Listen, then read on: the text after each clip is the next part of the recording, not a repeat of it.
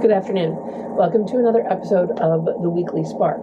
Lately I've been talking about enclosures and inclusions, say that 3 times fast, that you could put into your art journal or that could be standalone. The last couple videos have been different envelopes and pockets and some small book structures, but in this video I want to actually make a piece of art based on one of those book structures. The structure that I'm going to be using is the single page fold up little mini book, and I'll link that video down below. But essentially from an 8.5 by 11 piece of paper with one cut and a couple folds, then I have a little booklet. So what I'm going to do today, I've got a paper taped down on the table. I'm going to go ahead and do some collage and some marks first, and then some stamping and probably some text. I'm thinking of the quote, "Seeing is believing," just because that's a simple quote, but I think that could give me some fun imagery to play with.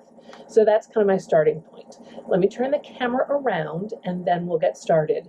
Some random collage first, just to kind of break up the surface, and then probably some sprays, probably some stamps, probably a little color, probably a little bit messy.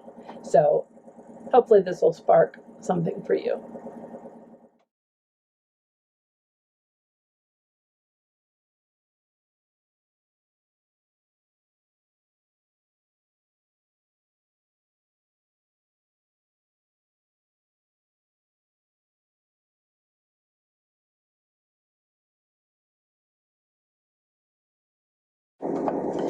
I am trying to keep in mind as I work that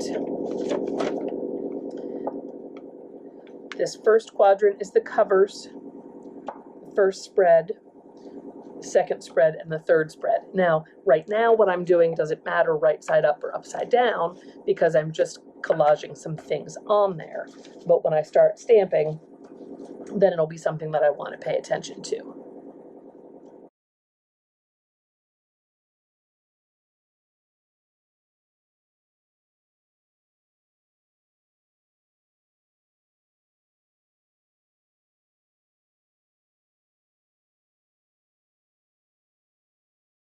I like this piece of star tissue at the very center because that's actually going to then span the cover and all the spreads and give me some continuity. It's also real thin since it is like a Kozo paper or mulberry paper, so I think that it will fold well. I tried to pick papers that were thinner, except for this antique text at the bottom. Everything was pretty thin.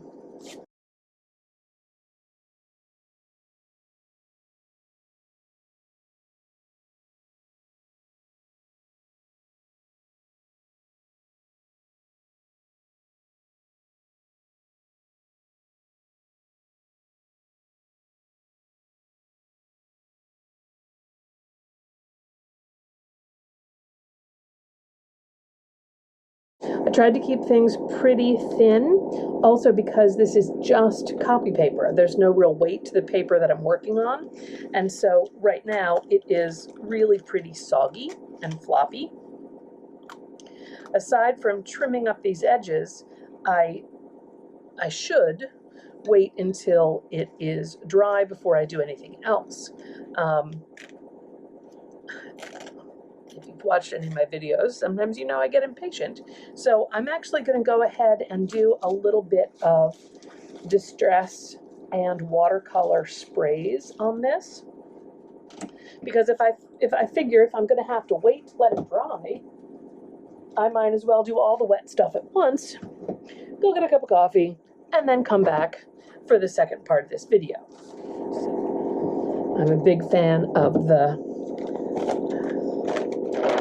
Tyvek envelope because it absorbs really well, and it is free at the post office, but it makes yummy collage fodder after you've used it for a while.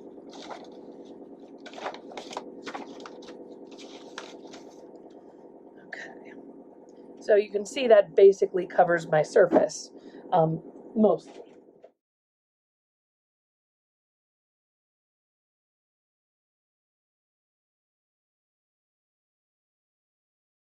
Those were all distress sprays so far. This is just a little watercolor.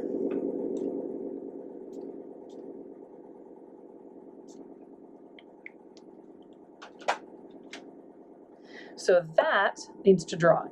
That's actually a little bit more color than I was intending. My stars went away a little bit.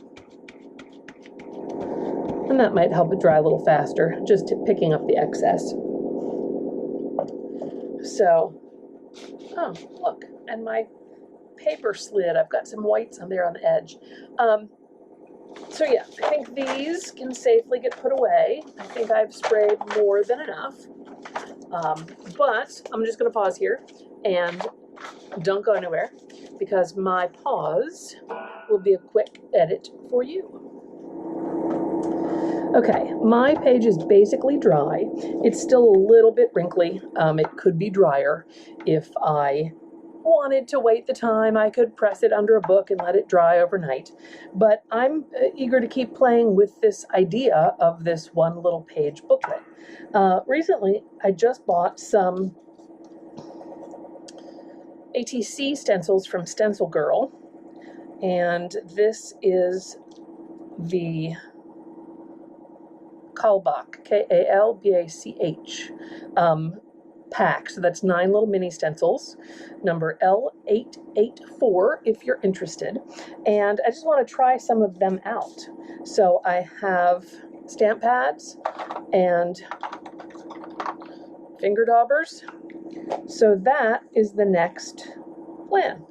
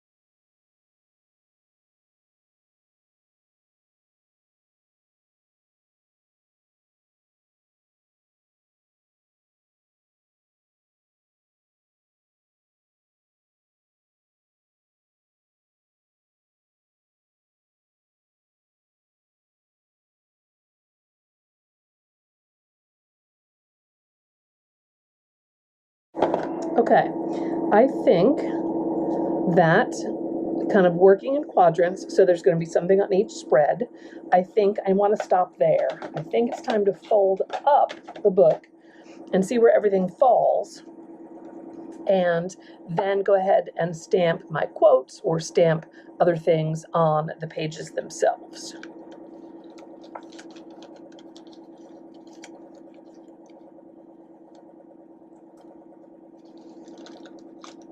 I taped it down with just some tape doubled up because I didn't want there to be a taped border.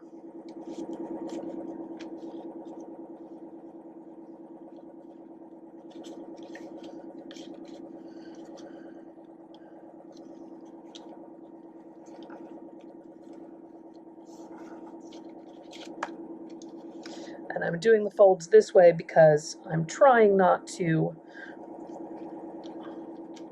have any of the still slightly damp stamping kind of blot onto each other.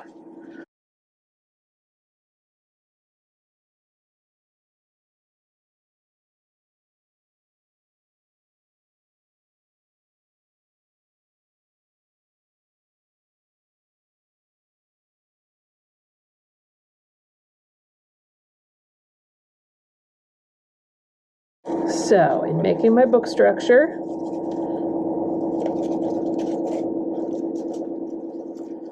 try to pop these two out.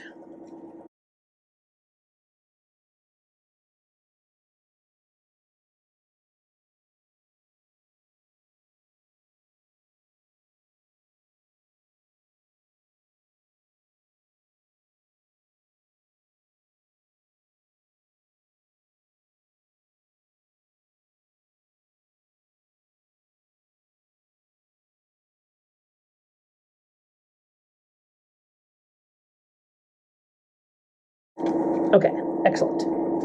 I don't know that I'm going to put anything on the front cover.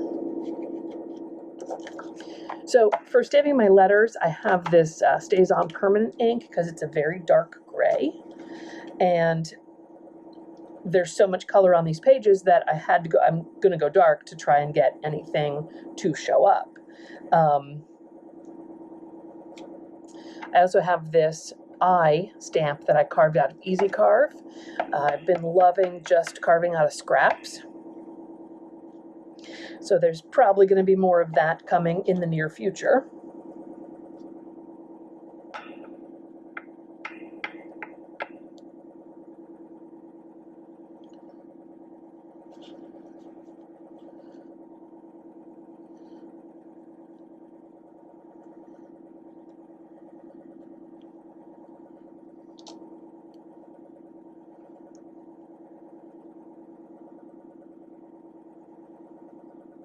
It would be also fun to cut the letters out of a magazine because then you'd have that kind of graffiti style and you'd have the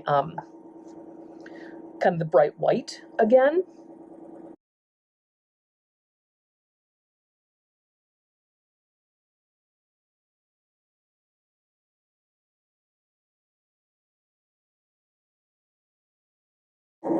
I find it very hard to spell when I'm stamping because I'm concentrating on getting enough ink, on getting things put in the right place.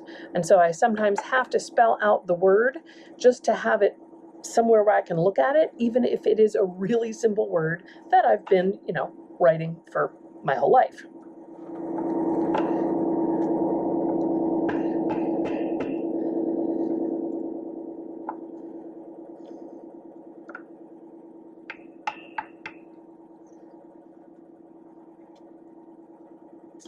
These are some large antique stamps that I have. So because this spread only has the word is on it, I wanted to go bold with the font.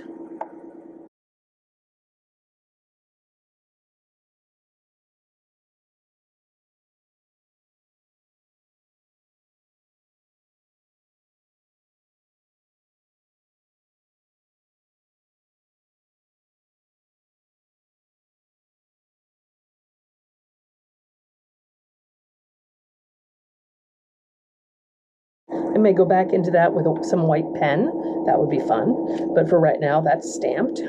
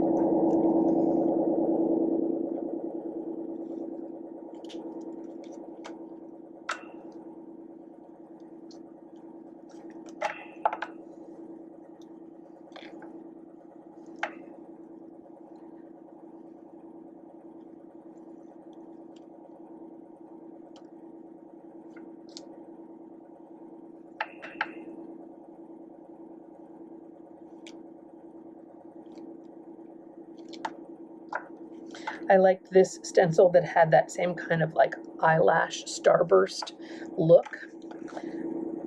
So I thought that was great for the cover. But I did think it was a good idea to stamp it again to have something on the cover.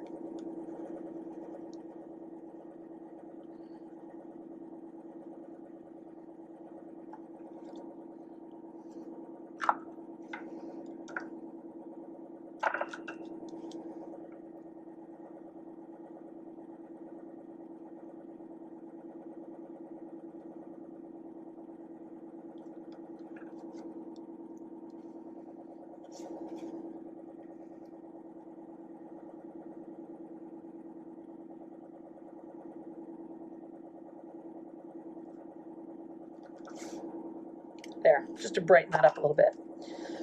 All right, that was completely fun. It is a little crooked, probably because it was still damp when I folded it up, so it was hard to get anything crisp. But it was fun to just play with my new stencils, and fun to do something in this little format. Sometimes sitting down to take it to the page isn't a whole huge page, but it's just trying a new material or getting your hands dirty. So hopefully that sparks some ideas for you. As always, you know, subscribe, click the like button, all the YouTube things. But stay tuned next week when maybe we'll take one of these pockets or one of these booklets and incorporate it into a full page spread. All right? Excellent. Have a great week. Thanks for tuning in, and I will see you soon.